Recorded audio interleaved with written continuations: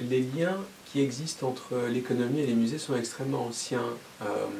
Globalement, on peut certainement les faire remonter au XVIIIe siècle, voire au XVIIe siècle, et très clairement, on crée des musées, notamment des musées de sciences, des musées plus tard qu'on intitulera industriels, pour très clairement développer le tissu économique d'une région. Ce principe-là, on va le voir se développer dans un deuxième temps à travers le tourisme. Le tourisme est aussi une très vieille invention, qui remonte évidemment au Grand Tour en Italie.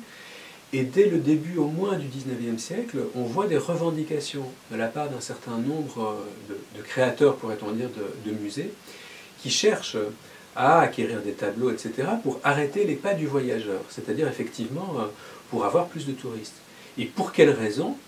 Effectivement, pour que ces touristes restent un peu plus longtemps dans la ville, et donc dorment une nuit, mangent au restaurant, etc., bref, participent à l'économie de la région.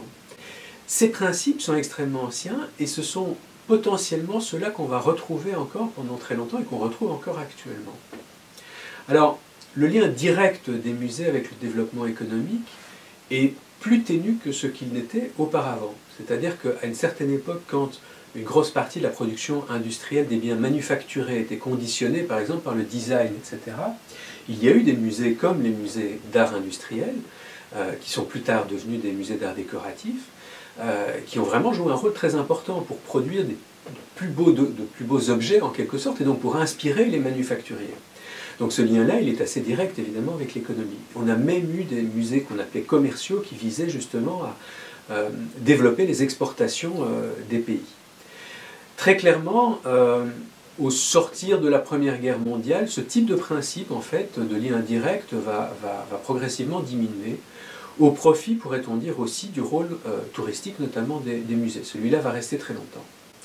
Alors, à partir des années 1980, on passe en Europe, de manière générale, aux États-Unis aussi, dans un courant de pensée économique qui vise à faire plus de place au marché. Ça signifie effectivement que, les musées d'abord doivent eux-mêmes générer plus de ressources. 2, lorsque ces musées justement sont amenés à être subventionnés par les pouvoirs publics, à recevoir évidemment des subventions, ils doivent le justifier. Et la justification qui va être donnée, ça va être justement qu'ils participent à l'économie, notamment à travers le développement touristique. Et donc cette logique de développement touristique, dans les années 80, un peu avant déjà d'ailleurs, va être très largement mise en valeur parce qu'on va appeler des évaluations économiques qui visent à mesurer la valeur ajoutée en quelque sorte de ces musées. Le cas le plus célèbre, c'est le musée Guggenheim de Bilbao, qui, lorsqu'il est inauguré en 1997, a évidemment un succès absolument remarquable. Il attire plus d'1 million de visiteurs qui ne seraient pas venus à Bilbao s'il n'y avait pas eu en quelque sorte le Guggenheim. Et donc on peut calculer que ce million de visiteurs, notamment un grand nombre donc, de touristes, ont très largement contribué à travers justement une augmentation des nuits d'hôtel, etc., à l'économie de la région. Et donc dans cette perspective, on va voir se développer ce type de principe et ce type de recommandation. C'est-à-dire que de plus en plus, on va voir les musées qui vont affirmer leur rôle en disant « mais nous jouons un rôle économique ».